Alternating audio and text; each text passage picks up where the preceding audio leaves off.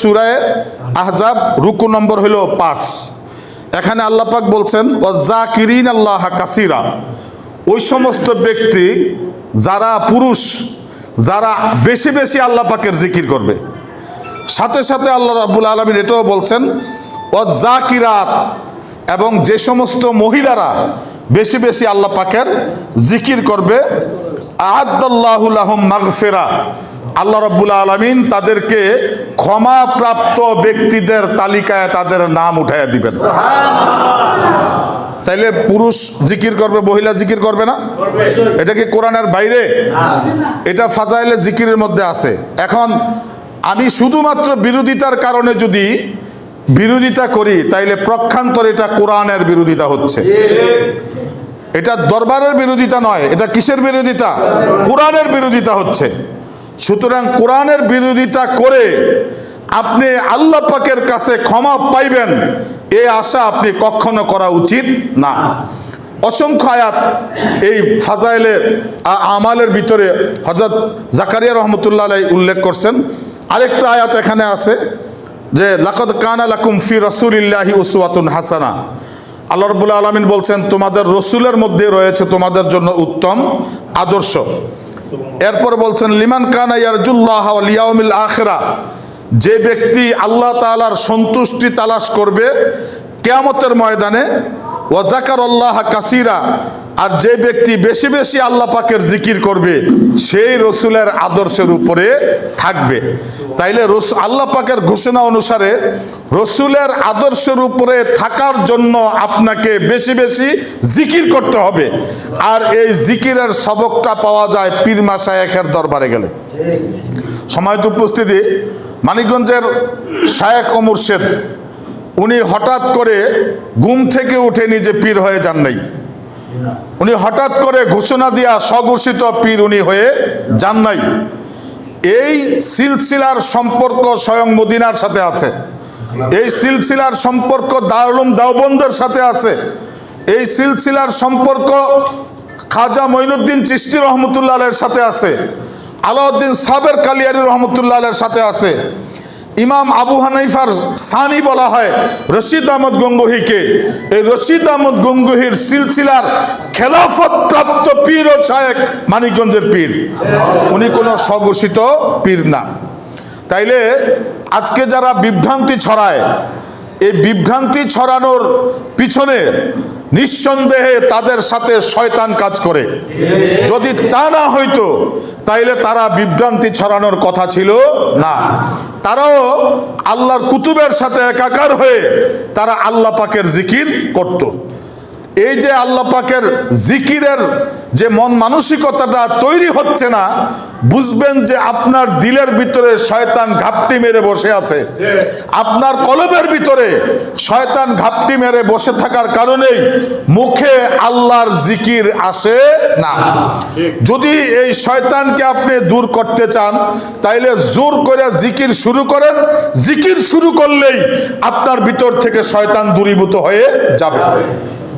মানিকগঞ্জের আমার শায়েখ ও মুর্শেদ, যিনি এই সৃষ্টিয়া সাবিরিয়া তরিকার মহান দিকপাল, তিনি একটা বিশ্ব ইজতেমার ডাক দিছেন। এই বিশ্ব ইজতেমার এখানে হয়, অনেকেরই কানে কানে গুঞ্জন যে এটা বিশ্ব ইজতেমা কিভাবে হয়।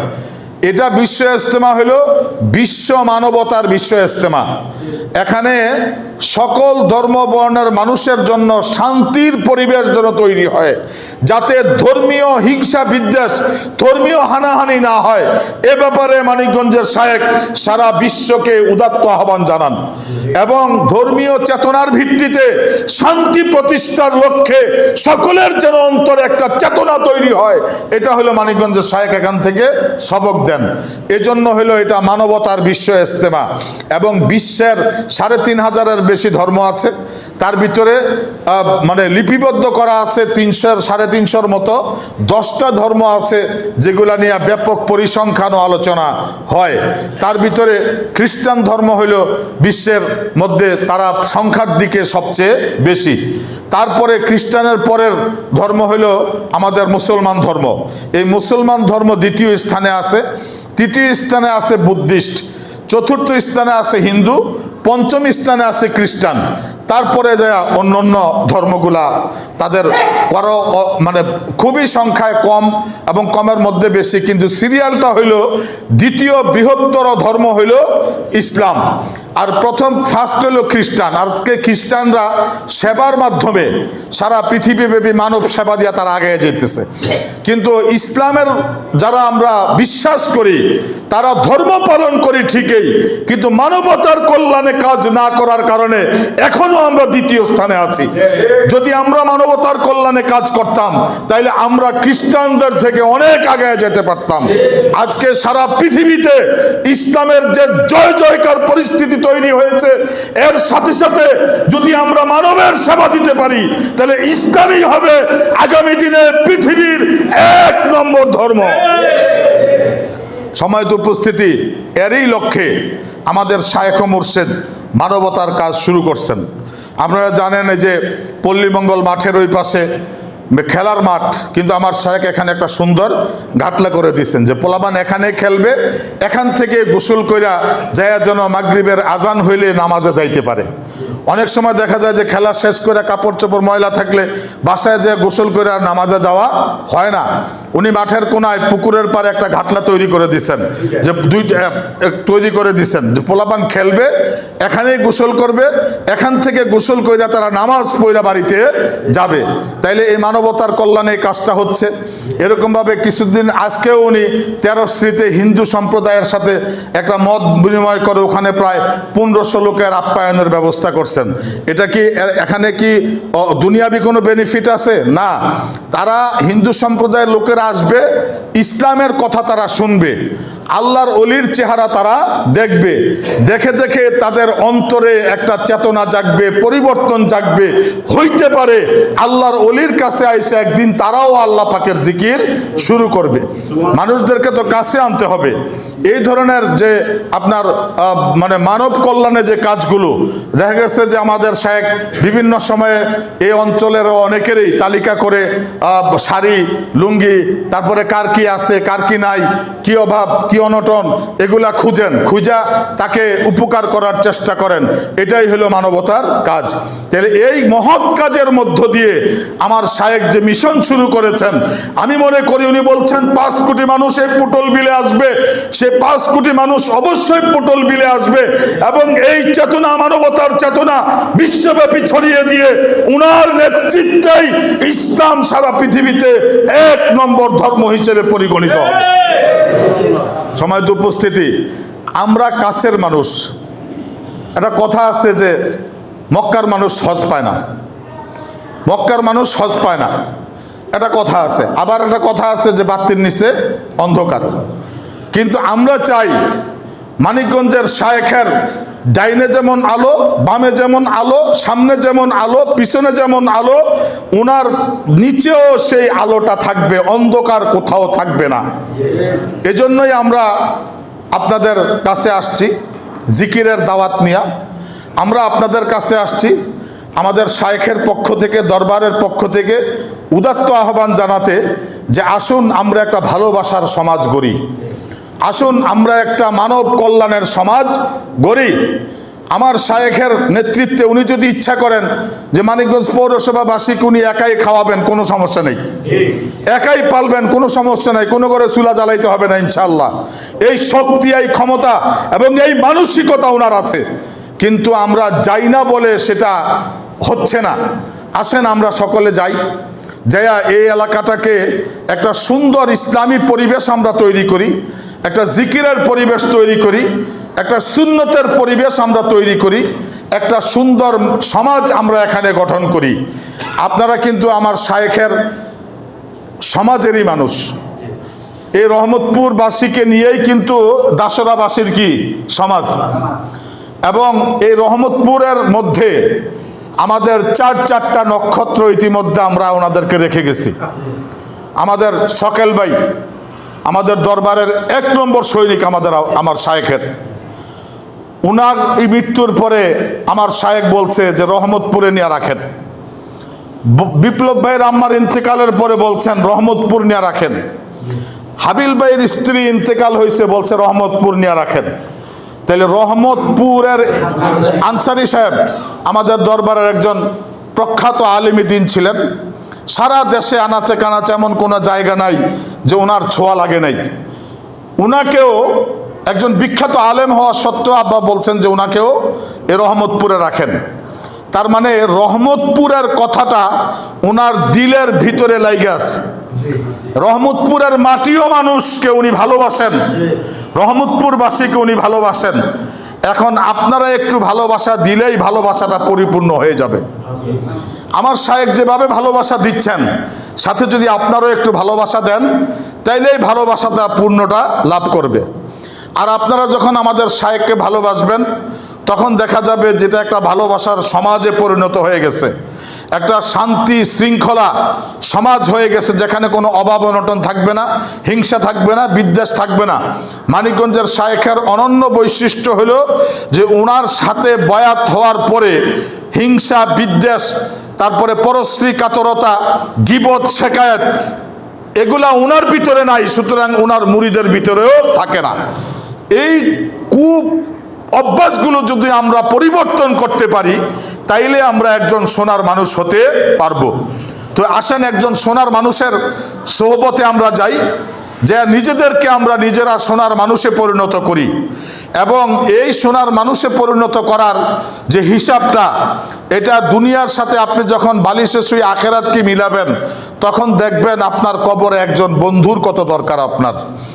এই পৃথিবীতে আপনি কত কি করলেন, কত সম্পদ উপার্জন করলেন, কত সন্তানকে সুশিক্ষিত করলেন। আল্লাহ পাক বলছেন, লা তুলহিকুম আমওয়ালুকুম ওয়ালা আওলাদুকুম আন যিকরিল্লাহ, তোমরা তোমাদের সম্পদ এবং সন্তানকে আল্লাহর জিকির থেকে বঞ্চিত করিও না। এখন দেখা গেছে যে আপনার সন্তান আল্লাহ পাকের জিকির তো করেই না, বরঞ্চ আপনার সন্তান আপনার কথাই ঠিক মতো শুনতে চায় না। কারণ কি? কারণ হলো এখানে ইসলামী শিক্ষার, নবুয়তের শিক্ষার, ওহীর শিক্ষার ঘাটতি এখানে রয়ে গেছে। এটা এখন আপনার আর ক্লাসে পড়ে করার সময় নেই, কিন্তু আপনি এটা করতে গেলে এখন আল্লাহর অলির সোহবতে যান। যুগে যুগে যে যখন আল্লাহর অলিদের সোহবতে গেছে, সাহাবীদের সোহবতে গেছে, আম্বিয়া আলাইহিস সালামদের সোহবতে যারা গেছে, তারাই কিন্তু কামিয়াব হয়ে গেছে। নবীর সন্তান হয়ে কেনান জাহান্নামে চলে গেছে, অথচ রসুলের বন্ধু হয়ে আবু বকর জান্নাতীদের সর্দার হয়ে গেছে।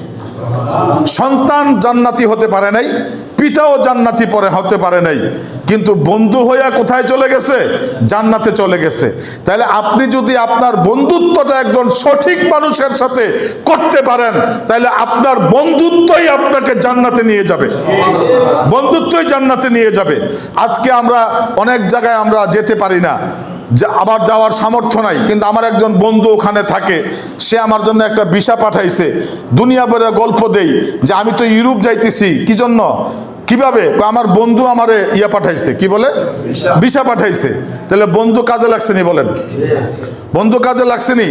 ছেলে পারছে পাঠাইতে, বাপ পারছে, চাচায় পারছে, বন্ধু ঠিকই পারছে।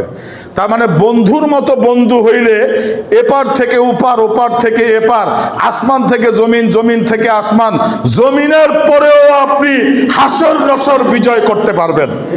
কিন্তু বন্ধুত্বটা সঠিক হইতে হবে, সঠিক মানুষের সাথে হইতে হবে।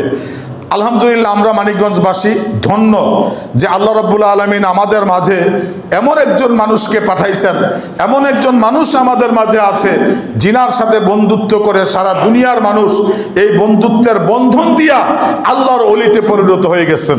অতএব আমরা যারা প্রতিবেশী আছি, আমরাও যদি এই বন্ধনটা করতে পারি, তাহলে আল্লাহ রাব্বুল আলামিন আমাদেরকেও কবুল করবেন। রহমতপুরকে আমার শায়েখ ভালোবাসেন, আমরাও ভালোবাসি, আমরা ওনাদের ভালোবাসা চাই। আশা করি উভয় পক্ষের ভালোবাসা দিয়া আগামী দিনে ইনশাল্লাহ একটা সুন্দর, শান্তিময় এবং ইসলামিক পরিবেশ এখানে কায়েম হবে। আর আগামী 15 তারিখে আমাদের মাসিক মাহফিল আছে, সকলে মাসিক মাহফিলের দাওয়াত রইল। আর 25, 26, 27 ডিসেম্বর আমাদের বিশ্ব ইজতেমা অনুষ্ঠিত হবে। এই বিশ্ব ইজতেমার জন্য সবসময় আপনারা সহযোগিতা করে আসছেন, আগামী দিনও ইনশাল্লাহ আপনাদের সহযোগিতা অব্যাহত থাকবে। আপনাদের সহযোগিতায় আবারও একটা সফল বিশ্বব্যাপী আলোচিত আলোড়ন সৃষ্টিকারী বিশ্ব ইজতেমা আমার শাইখের বলিষ্ঠ নেতৃত্বে এখানে হবে। আমরা এই আশাবাদ ব্যক্ত করি। আসেন সবাই গায়ে গায়ে ডান হাত দিয়া ধরি, সবাই একটু গুনার জন্য তওবা করি। সকলেরই কিছু না কিছু গুনাহ আছে, গুনাহ ছাড়া কোনো মানুষ নাই, আর তওবা ছাড়া গুনাহ মাফ করাইবার কোনো উপায় নাই। অতএব তওবা আমরা করব, এবং তওবাটা আমরা একজনের গায়ে গায়ে ডান হাত দিয়ে এই জন্য সবাই সম্মিলিত করব যে আমার হয়তো নিজের ব্যক্তিগত গুনার কারণে তওবা কবুল নাও হইতে পারে, কিন্তু সম্মিলিত তওবা যখন করব তখন আরেকজন মানুষ আল্লাহর ওলি এখানে থাকতে পারে, আল্লাহ পাক তার উসিলায় আমাদের সকলের তওবাগুলাকে কবুল করবেন। আসেন সবাই গুনার জন্য তওবা করি। আউযু বিল্লাহি মিনাশ শাইতানির রাজিম। बिस्मिल्लाहिर रहमानिर रहीम। तौबा किया मैं सब बुरी बातों से और सब बुरे कामों से, और बैत किया मैं ऊपर हाथ अल्लामा डॉक्टर मोहम्मद मंजूरुल इस्लाम सिद्दीकी खलीफा अलहज हजरत मौलाना मोहम्मद अजहरुल इस्लाम सिद्दीकी साहिब के, आए मेरे मौला इस तौबा और इस बयात कबूल फरमा।